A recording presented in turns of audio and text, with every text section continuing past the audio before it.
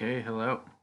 Welcome to episode 5. If I can do math right. Math right. Uh, Found out thumbnails are harder than I thought they would be.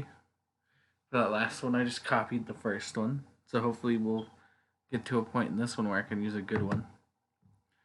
And yeah, time for our next class. Let's get into it. Thankfully, I arrived before our teacher and also before Leisha, so nobody present speaks of my arriving. As such, without saying a word or being spoken to, I take my seat and wait patiently for class to begin. Bum bum, bum bum, bum bum bum. Oh, come on already! Where the heck is our teacher? All the students have arrived already, so that's what's keeping the teacher. No sooner have I griped internally about our teacher's tardiness than Eris appears at the front of the classroom. The same class of students twice in a row. Screw this. The moment she looks around the room and sees our familiar faces, Eris turns away in disgust. She then creates a bunch of glyphs at the front of the classroom, opens the door, and turns toward us one more time.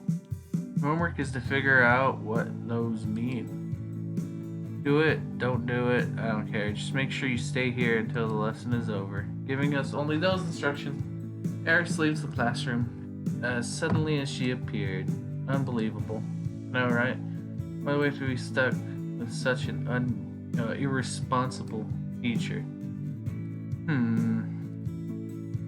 Oh, yes. That too, huh? What were you referring to? Alicia points at the glyphs at the front of the classroom. More familiar known as runic glyphs are symbols used by mages all over the world in order to convey spells, curses, and other phenomena based on magic. There are essentially blueprints used in conjunction with an energy source, Aether, in order to allow a mage to cast a spell. Within the confines of a classroom, however, glyphs are little more than tools for learning.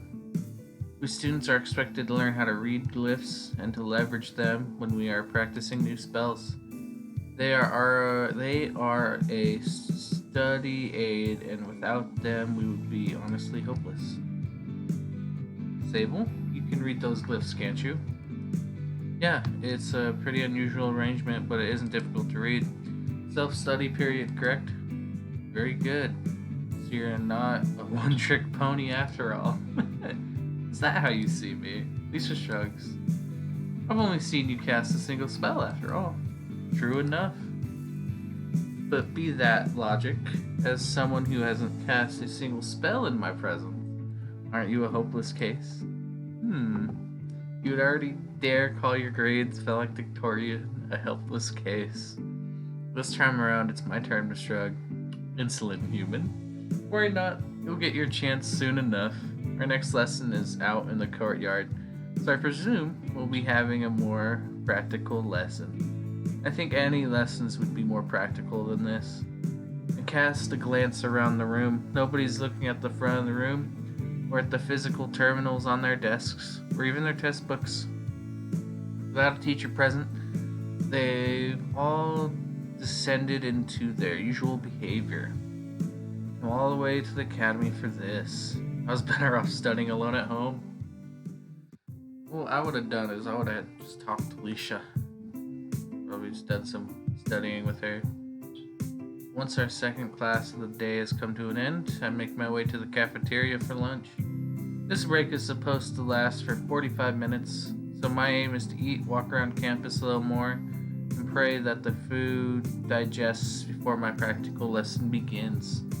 For that effect, I make my way to the counter, look up at the menu, and begin to read through the list of unfamiliar dishes. I know that most of these dishes are supposed to be for demi-humans, but I'm kind of curious to see what they're like. I mean, deep-fried goat horn, mammoth tail, and dragon tongue. Deep-fried goat horn. What is the horn made out of anyway? I almost said like Titan, but that's a bug. So I don't know. Draken would never forgive me if I ordered that last one. Whipping out, I decided to just order some banana bread. It's a bit better than just a banana. Place my order, move to the side of the counter, and wait for my meal. Best not to eat something exotic before a practical lesson. I wouldn't want to get an upset stomach and throw up in the middle of chanting a spell. Moments after I placed my order, I'm presented with a few thick slices of banana bread. Since the loaf has already been baked, there's no need to wait, and I'm able to walk off in search of a free seat almost immediately. Second I find one, however, Sable, my good friend, no. Sable? My dear Sable, I'm not giving you any. Friend? Stop it. Without even taking a seat, I wolfed down my lunch at an unhealthy speed before my hungry companions can take it from me. God, I was like Ray at school. Hey, you finishing that? Can I have that? Cheapskate. Selfish. Oh, shut up. You're the ones trying to steal my lunch. If you're that hungry, go order something. I did, but apparently Mammoth Tail takes at least half an hour to cook all the way. What? You ordered the Mammoth Tail? What about you, Eth? Did you order something more normal? Unholy water? Oh, just water. Ignoring the first word out of Eth's mouth, I sigh in relief. I guess she is a plant after all, at least partially. Your meal should be ready soon then, Eth. Heck, if it's just water, you won't even need to pay for it. Shakes her head. The Dark Priest won't arrive for another hour. We'll just make do with Reg. I refuse. Sigh and rub the back of my head. Can't these two order something less troublesome? Shaking off my amazement, I decide to change the subject. So, how has classes been treating you? Having fun on your first day? Ugh. Don't even joke about that, Sable. We've only had 2 classes a day and I'm already about to collapse. That's bad, huh? That bad, huh? Ugh. Ah, my god. That nods. Ah, boring. Too many words. Exactly. Our teacher just won't shut up at all. Every single sentence out of his mouth is magic this and aether that. Can't she give us a break? It's too much. Nod. So what kind of institution do you think this is? Rather than lecture the 2 unwilling students, I breathe a sigh of exasperation. Well, at least your teacher is trying to do their job. Mine just had us watch a lecture for our first class. She barely even showed up to our second class. Jealous. So jealous. Of course they are. Hey, Sable, swap classes with me. Me too. Believe me, there's nothing I'd like more than to join a class with a teacher who actually does her job. Unfortunately, I'm pretty sure students don't have any say in the matter. Just say that the teacher sexually harassed you. It worked for one of the girls at my high school. Seriously? She told the principal before I knew it we had a brand new teacher. That's fucked up. Come to think of it, I never did see our previous teacher again after that. Yeah, you just ruined his life. Jesus. I don't have the heart to tell Ray that her friend likely destroyed that pure teacher's career. Not their entire life. Jesus. Yeah, I don't think I'll be doing that. If this continues, I'll just start borrowing books from the library and bringing them to class. Ugh, the library. Nerd. Excuse me for taking my studies seriously. Honestly, you're the last person I want to hear talking down the importance of studying. I've seen how poorly the 2 of you are ranked on your entrance exams. That was just a bad day for me. I was sick. Me too. You're both terrible liars. Anyway, getting back to our original topic. If you're hungry enough to steal, why not order something cheap and feeling? Like a banana bread. Exactly. I don't know. I don't want to spoil my appetite before my mammoth tail is ready. Yeah, but you'd still steal mine, though. You are perfectly willing to do so a moment ago.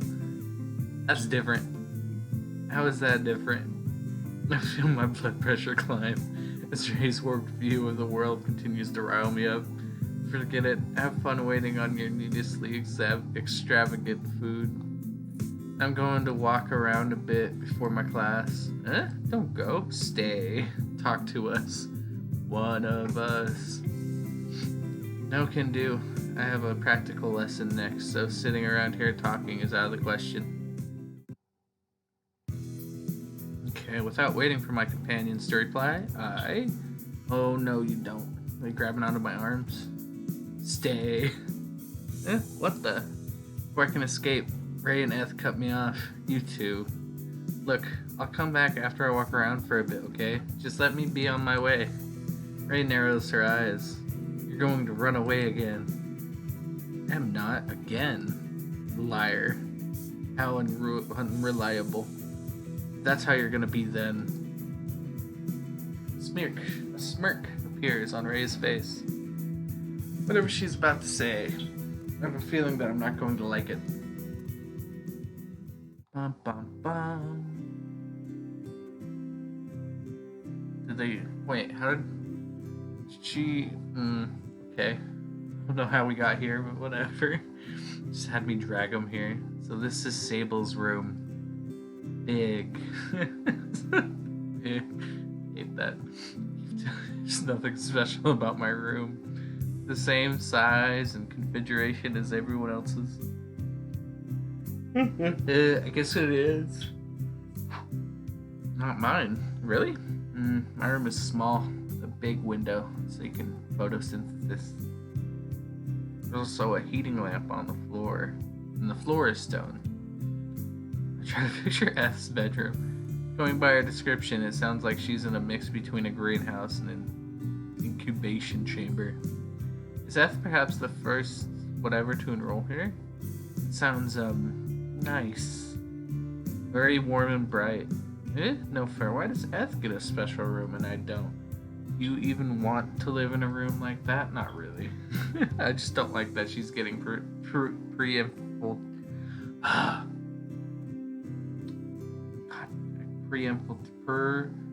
preferential treatment. Stare at Ray with a mix of disbelief and exasperation. Is she really going to complain about being treated like a human instead of a plant? Sighing, I shake my head. Anyway, now that you've seen my room, get out. Get out of here. Exercise is out of the question, then I'd at least like to revise some of the course content before the next class. We don't know what the... Well, besides it's... Yeah, we don't know what the next class really is, though. Already? Yeah, why do we have to leave already? Oh, I get it. You're going to change into something easier to move around in for your next lesson, and you're too embarrassed to undress in front of us. Are you really that ashamed of your body? Ray snickers and glances down at my crotch. Whoa. Okay. Struggling mind should never say or do that again. Many a domestic struggle has started like that, and it never ends well. Oh, come on. Just get on with it already. Right, Eth? I'm hungry. Exactly. Hurry up so we can go back to the cafeteria and eat. I sigh and hang my head. I'm not getting changed. I'm sure as hell not undressing in front of you. Why not? Too embarrassed? Come on. It's not like you'll lose anything by it being seen. Apart from my patience. Why did you want to see me undress anyway? Are you some kind of pervert? I just want to see how cool you look in your sports gear, that's all. I don't believe you. Just use your imagination. You've both seen this Academy issues sportswear. He needs a moment to think about the question. Whereas Eth simply shakes her head. Really, Eth? I'm exempt from those types of classes. Ah, I see. I guess it would be kind of pointless for you to take part in anything physically demanding. What about magic application lessons? Those can get pretty rigorous, I hear. It's fine, I don't sweat. Oh, my eyes widen as I mull over Eth's response. If I think of Eth as a plant, rather, it all makes sense. After all, plants don't need to exercise like we do, nor do they possess sweat glands. But if Eth really is more plant than human, then what's with her diet? Is she a carnivorous plant like a Venus flytrap, or is she something completely different altogether? With yet another item added to my research list, I head towards the door. Alright, that's enough. Let's head back to the calf. Wait, where's Ray? Then I both look around the room searching for Ray. After a few moments, I spy near the bed, rummaging through a suitcase. My roommate's suitcase, that is. Sable, I know you're kind of odd, but... between her thumb and index finger, a pair of teeny tiny panties, small enough to fit on a doll. Ray, what the heck? Put those back. Sable plays with dolls? No, those aren't mine. Oh, really? Then whose are they? My roommates. Not uttering a word, Ray looks at the fabric clenched between her fingers once more. She then looks to her side, finally seeming to realize that there are 2 beds in this room, not one. Your roommate? She's a pixie. Immediately comprehending my statement, Ray hurriedly puts the underwear back where she found it. She pats down the suitcase and tries to put everything back the way it was. I'm sorry. Yeah, tell me that. When my roommate, when she starts yelling at me for going through her stuff, Ray lets out a faint whimper as she realizes the mistake she made. It's one thing to go through the belongings of a friend while they're right next to you, but to do so to an absent stranger is going too far. Well, what's done is done. Let's just go back to the cafeteria to wait for your orders. Okay. All just like sad. Okay, after spending a somber 30 minutes or so with Eth, whose unholy water fails to arrive, Ray, who feels guilty about her early actions, I head to the courtyard for my next class. Fails to arrive. So that means the priest that the water unholy didn't arrive. I think it'd be easy to make unholy water. It's hard to make holy water. You have to be a holy person. I don't think it'd be hard to become an unholy person. Num. Okay. Unlike during our first 2 classes, this time around Leisha was the first to arrive, having no doubt remained in the courtyard since the moment our previous class ended. Situated off to the side, she waits on her own as our classmates begin to show up eager to separate herself from the pack. The moment I begin to walk towards her, Sable! I'm assaulted from behind by an ear-splitting shout. Oh man, you wouldn't believe the morning I've had. My teacher is some psychotic old man, and then there's this little aggro fairy in my class, and this one muscle-bound dude. And calm down, Draken. Get a hold of yourself. I forcefully push Dragon away as she tries to cling to me. Despite having met one another for the first time earlier today, and only for a very brief period at that, it's clear that she's already considering us good friends. A dragon? I love how Leisha's like, dragon. Sable, you're friends with a dragon? Half dragon, actually. Paying no mind to the fear and surprise in Leisha's voice, Draken's expression immediately brightens, and she smiles at the wary elf happily. Hi, I'm Draken. Are you a friend of Sable's? Oh, I don't know if I would go that far. So you aren't friends? I didn't say that. And which is it? Either you're friends or you aren't. It's simple.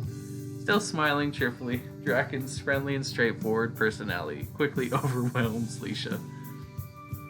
Leisha, seemingly wary of both Draken and the question itself, falters.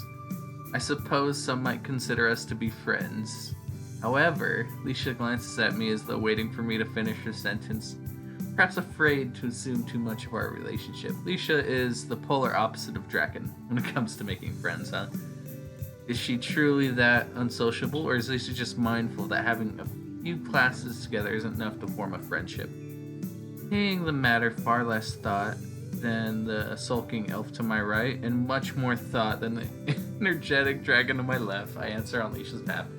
What are you saying, Leisha? Of course we're friends. We are? I mean, of course we are. Thick as thieves, you and I, comrades in the pursuit of knowledge, and that possessed by any before us. Oh, it's a switch of like I don't know. Oh, we're the best. We're thieves. We've been friends forever. Yeah, that's what I meant. Whatever you two are to one another, right now we're all in the same situation. Let's do our best and help each other out, okay? Help each other out. Come on, Sable, the lesson. At Draken's words, I come to an obvious realization. Far too late. Draken isn't just here to ditch class and hang out with us. Her classmates are also here, and so is her teacher. This is a joint lesson. Assist one another if you must, but I, for one, shall require no such consideration. I happen to be an expert in magic of all varieties, particularly those used in combat. Oh, so the elf knows how to fight. We should spar sometime. My mama always told me that elves put up a good fight when you're incinerating their homeland. Jesus. Ah. Ah.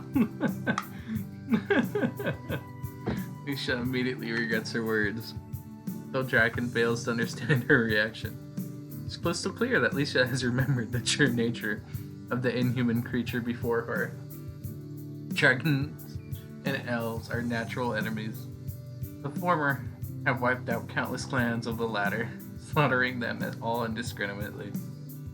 Wouldn't blame Lisha if she wanted nothing to do with the naive girl beside her. Oh, joint lessons, huh? Wow, I can't wait. This is gonna be exciting.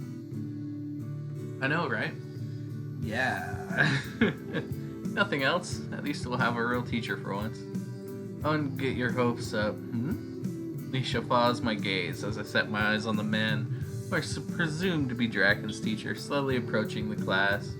Is an aging man, easily 70 or so years of age. He has a walking stick in his right hand and a wooden sword over his left shoulder.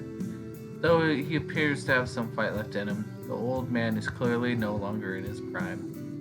It'd be a different matter if he were a dragon, but man, you humans age poorly, huh? Indeed. Were he an elf, he'd still be as agile as he was in his teen years, if not so more. Rub it in my face. Why don't you? Unfortunately for me, humans age rather quickly compared to most demi-human races.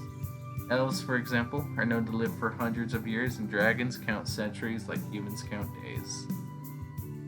While some races, such as pixies and harpies, tend to live shorter lives than humans, the majority of prominent demi-human races outlast us by many lifetimes. Ah, there you all are. Welcome, my beloved students, to Glyph Invoking class, or as more firmly known, Runic Tyography Studies. I trust that you are all getting along with our friends in class. Yes! Okay, I'm glad to hear that. Now that almost everyone is here, it is time for you all to start pairing up with other students. Pick a student from the other class, then stand next to your partner and face the front. Once everybody has partnered up, further instructions will begin. Or be given. Whatever. I stare at Eris skeptically,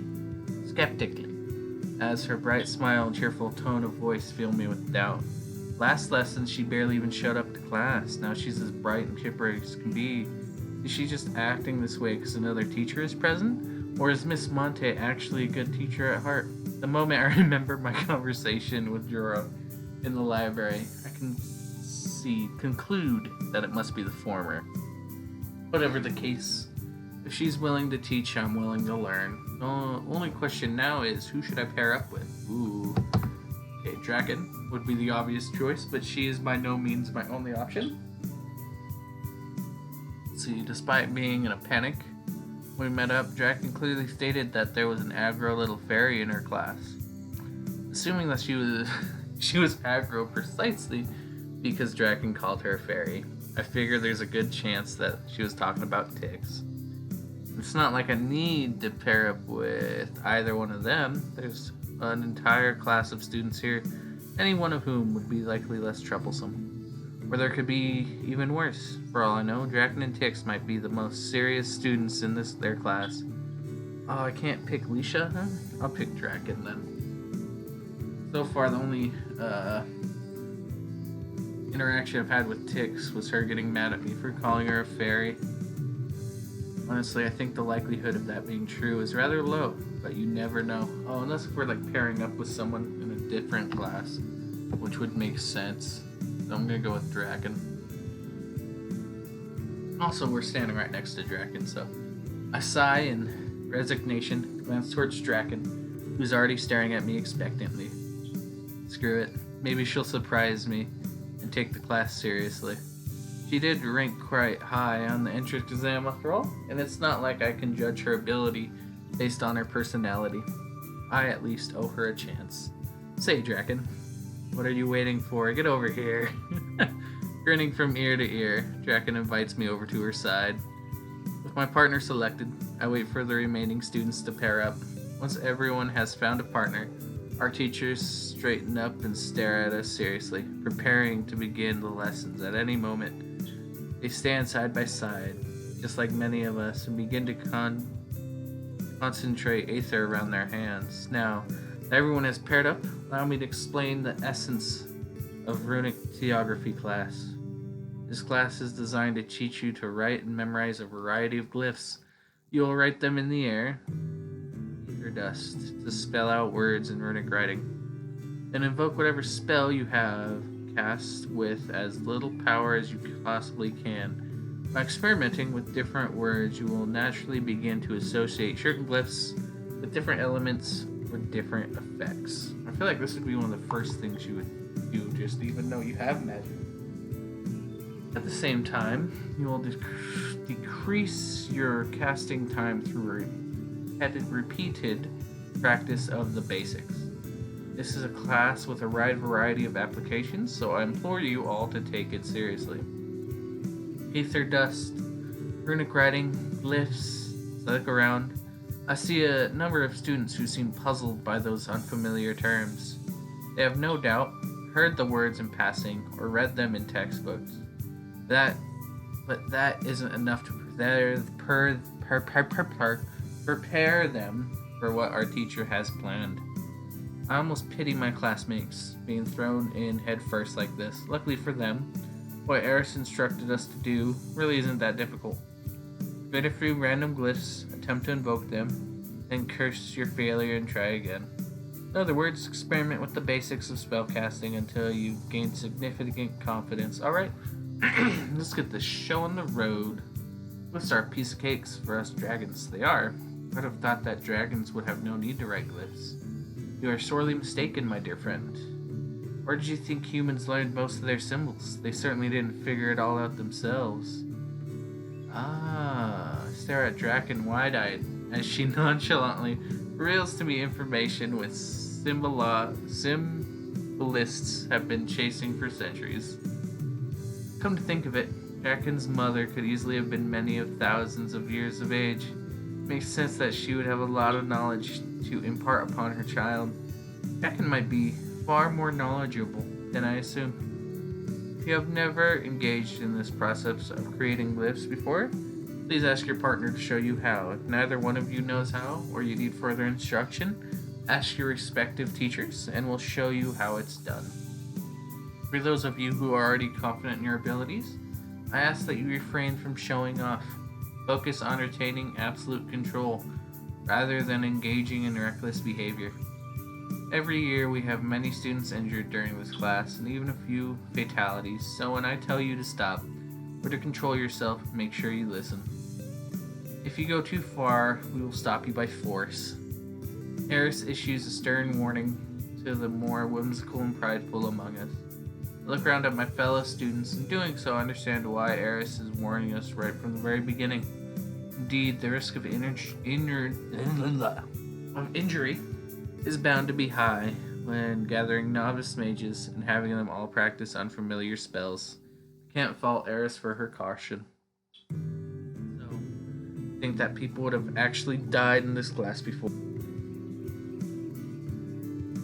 Right then, without further ado, you may now begin. Take turns with your partner and watch them carefully. Point out any mistakes they make and learn from what they do correctly. Oh, what is that? Get off. Get off my screen. Go away.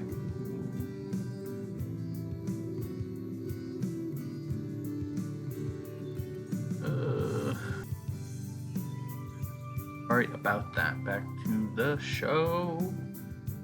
Aether dust, runic writing, glyphs. As I look around, I see a number of students who seem puzzled by these unfamiliar terms. They have no doubt heard the words in passing, read them in textbooks. This isn't enough to prepare them for what our teachers have planned. I almost pity my classmates being threadhead for them. What Eris instructed us to do really isn't that difficult. Create a few random glyphs, attempt to invoke them, then curse your failure and try again. In other words, experiment with the basics of spellcasting until you've gained significant confidence. Alright, show on the road. Glyphs are a piece of cake for us dragons. They are. I would have thought that dragons would have no need to write glyphs. I have read this already.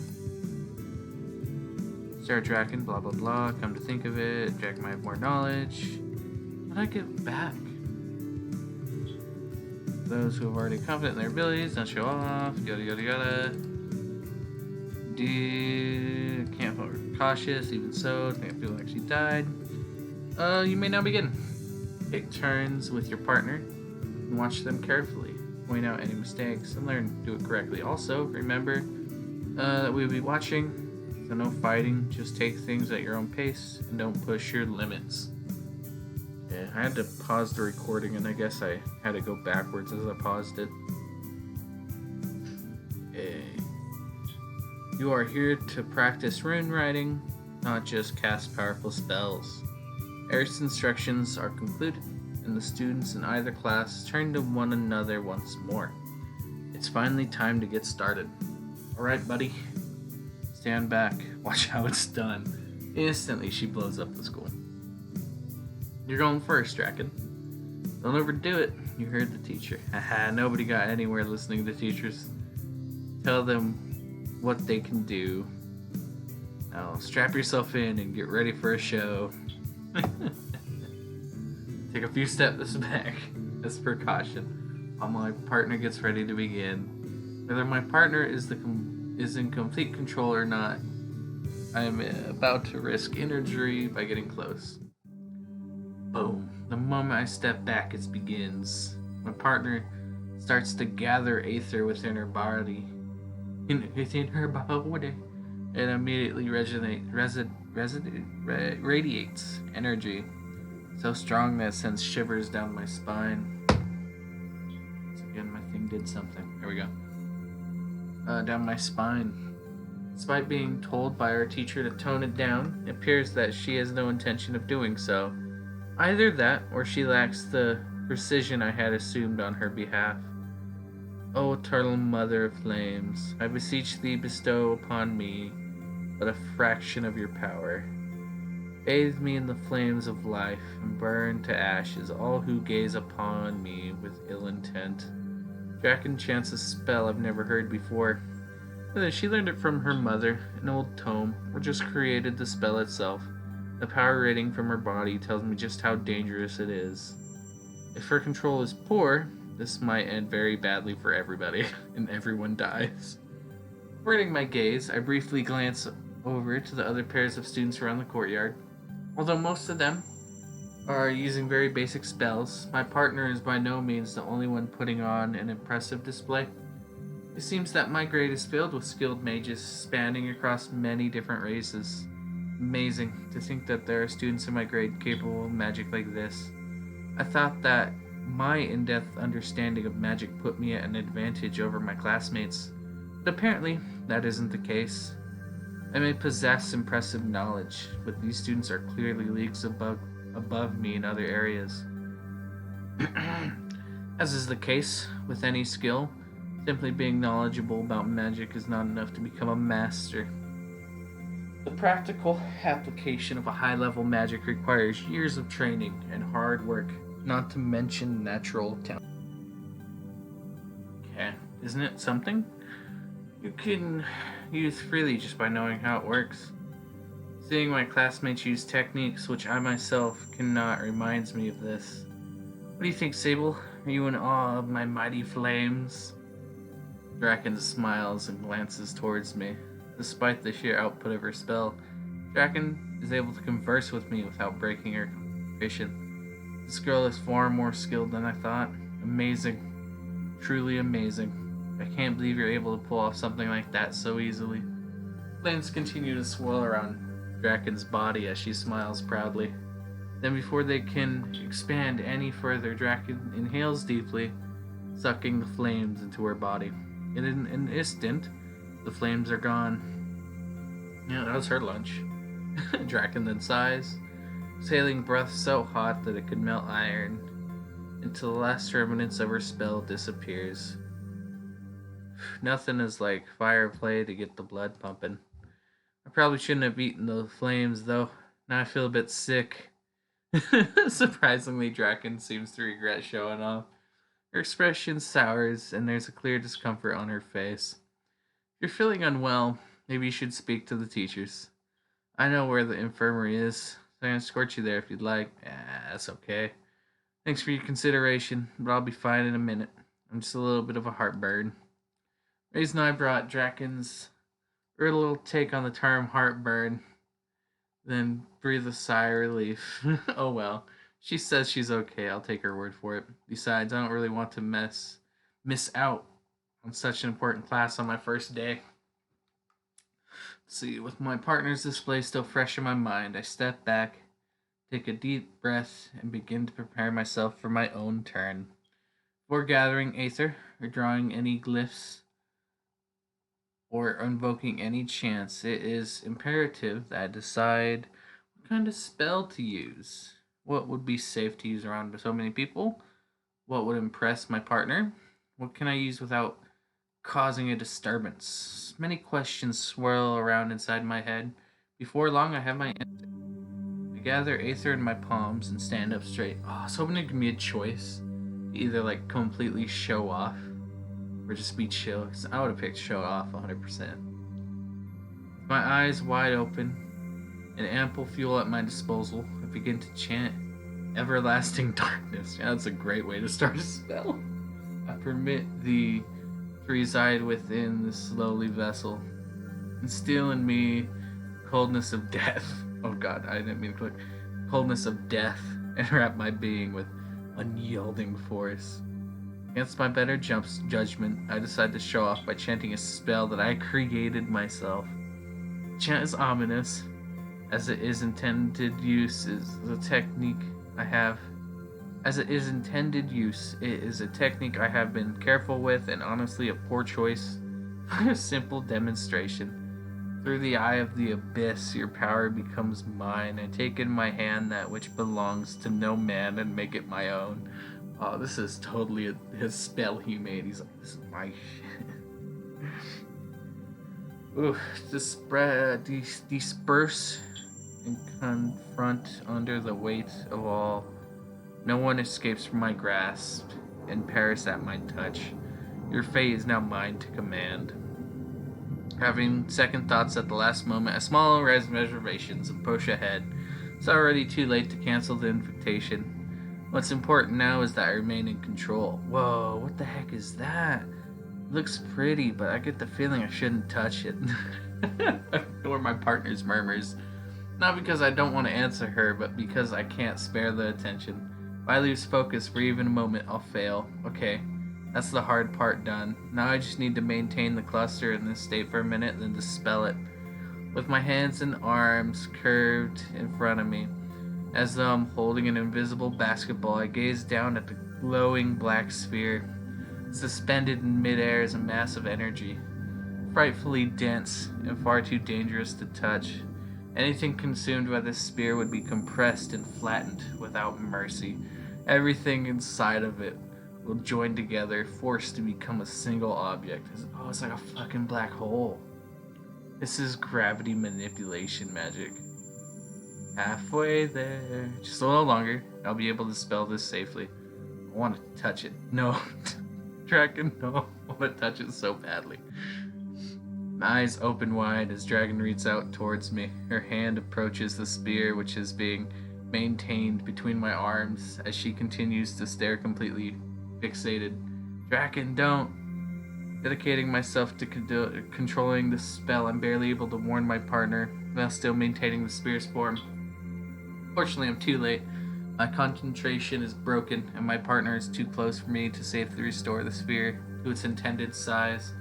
At this stage, I can't ride this invocation out and dispel it. I'm going to avoid injuring myself and my partner. I'll need to cast this spell over a wide area and minimize its effects as much as possible. Damn it. Just like cast like a gravity spell. You guys seen Don Machi? Where she does like that thing she holds everybody there. That's totally what's happening. What? Whoa. What's going on? What the heck is this? I can't move. Cries of my classmates reach my ears as I dedicate my entire being to minimizing the effects of my own spell. Spread out the area effect as widely as I can, simultaneously strengthening the spell in an empty space. Oh, not being occupied by anyone, I get it. However, I soon reach my limit. The aether inside of my body is quickly depleting, and I can no longer control the spell I have cast. I desperately absorb the aether in the air around me. I try to regain even a shiver of control, to undo just a small amount of the damage I've caused. That's no use. I've already exhausted my energy to the point where I can no longer stand. I was far too reckless. Wake up in the hospital classroom, nurse's office. There we go. My eyes slowly open, then quickly close once again as light shears my retinas. I turn my head to the side, away from the artificial light directly above me, and blink a few times till I get used to the brightness. Once I'm able to open my eyes, I look around the room trying to discern where I am and why I'm here. Is this the infirmary? Infirmary! That's what I was looking for. Why am I? My eyes open wide as memories of recent events rush to the forefront of my mind. Oh right, glyph invoking class. I got ahead of myself and used a dangerous spell to show off, didn't I? It was going okay at first, but then I lost control. I looked down at my hands and frowned. How could I have done something so reckless? Even if I wanted to impress my classmates, that kind of display was nothing short of arrogant. I might have seriously injured someone today. If not for, once again my eyes widened in shock. Not for what? I lost consciousness, but the effects of my spell itself would have kept on going, and without its caster suppressing the spell effects, it would have only grown stronger. For all I know, I really might have hurt someone today, or perhaps even killed somebody. Blah blah blah, make sure you listen. Fatalities. My hands begin to shake as I recall Eris's words. Could I really have killed someone? No, of course not. I could have. That isn't what's being debated right now. The real question I need to ask is, did I? Before I realize it, tears are streaming down my cheeks. Furthermore, my hands are no longer the only parts of my body that are shaking. Every one of my muscles is twitching, not only from the strain, but also from the nervousness and anxiety. Unbeknownst to me, I might be a murderer. That can't be true, can it? I'm not a fighter. I didn't come to the academy to hurt people or to kill them. I'm here to become a researcher. I want to help people, not injure them. If I really did kill someone today, or injure them in some horrific manner, then... Oh dear, are you alright, child?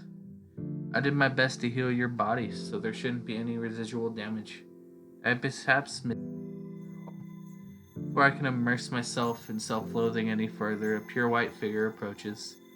Tears stop, and my body starts shaking. I gaze at the approaching woman in awe, unable to believe what I'm seeing. An angel? And that means I'll end up killing myself with my own spell? Can't help but exclaim loudly as I reach such an unfortunate conclusion. For a mage, there is no greater shame than killing oneself with their own spell, especially if it's by accident. Please calm yourself. You are not dead, dear boy. My name is Raphael. I preside over the infirmary of this academy. Pleased to make your acquaintance. Greeted by the nurse's caring words and gentle tone, I feel my entire body begin to relax. Her voice has a soothing effect as anyone hears it, similar to the charm forced on others by my teacher, Eris. Unlike Eris, this woman is using her power to help, not to manipulate. Miss Raphael? Yes? Raphael, then, do you know what happened after I lost consciousness? I realized that you weren't present, but I thought that maybe... sorry, you worried about your friends and teachers. What a kind-hearted child. Even laying on your deathbed, the well-being of others is what weighs on most heavily on your mind. I'm sure that your kindness will be rewarded as you ascend to heaven. That's a relief. Wait a minute. My deathbed, heaven? I'm kidding, dear. It's just a joke. I didn't mean the first part, though. I admire those who care for others so deeply that they place their own well-being second. Self in the name of protecting one's beloved. Is there anything more romantic? Because the story as I catch a glimpse of Raphael's true nature. Pardon me, I didn't mean to direct from topic at hand. You wish to confirm the safety of the other students. Not saying a word, I nod.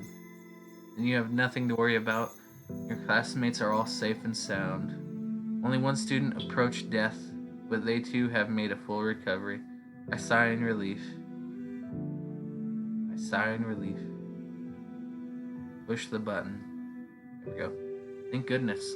If you turned out that I really did kill somebody, I don't know what I would do. Or I can be completely at ease, however, I feel the need to inquire further. So that person who almost died was me. Was it my partner? Is she? Oh, the person who almost died. Who was it? Was it my partner? Is she resting in another room? Owing by her proximity to myself during the casting of the spell, it stands to reason that my partner would be the most heavily injured. However, upon hearing my question, shakes her at the student who almost approached upon death's door is in this very room right now. I look around the room once more, searching for a presence I might have missed earlier. No matter how many times I look around, however, I can confirm the presence of no more than 2 people. After a few moments, I gasp in realization. Figured it out, have you? From what I hear, the spell you cast was very dangerous. If you hadn't managed to assert enough control over it, you would have no doubt killed several of your classmates. Fortunately, you fought on to the end, taking the bulk of the strain upon yourself, even as your cautiousness slipped away. It almost cost you your life. But the results speak for themselves. Your classmates are safe and sound. I lay back down on the bed, close my eyes, sighing deeply. They're all okay. What a relief. Should imagine so. You struggled so hard to save your friends, and your efforts were not in vain. You are truly admirable, dear child. With my eyes still closed, I'm surprised to feel the touch of skin on my left hand. My eyes shoot open, and I find Raphael caressing my hand with her own. Raphael, what are you? Shh, rest peacefully, dear child. You have earned this. Through surprise to find my hand being held. I'm not uncomfortable. Rather, with the soothing feeling from earlier now enveloping my entire body, it's almost as though I'm resting on a cloud. Without thinking, I lay my head on the pillow. That's right, rest well. That's right, rest well, young hero. No, but I was the one who put everyone in danger. Everything that happened was all my fault. You accepted the consequences of your actions without delay. You put yourself in harm's way so that nobody acted by your mistake. That is the difference between a coward and a hero. My eyelids continue to grow heavier by the second. All of the worries weighing on my mind have been cast aside, and my body has been healed by the angel in front of me. The hero, huh? That might not be so bad. Yes, rest your worried body, young hero. You deserve a good night's sleep. When you awaken, remember my words, and trust that what you have accomplished here today is for the greater good. But above all else, remember this. You have caught my eye, dear child. Oh, God. As such, when your time does come, your soul shall be mine to harvest. So, when you die, you're mine, bitch. For the second time today, I awakened to find myself in the academy infirmary. And that's where I'm going to end. Covered from magic class and everything.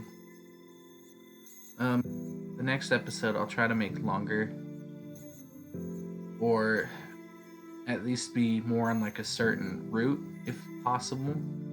I don't want to make videos longer than an hour and a half. So we'll see where we get next recording session. See you guys in the next episode.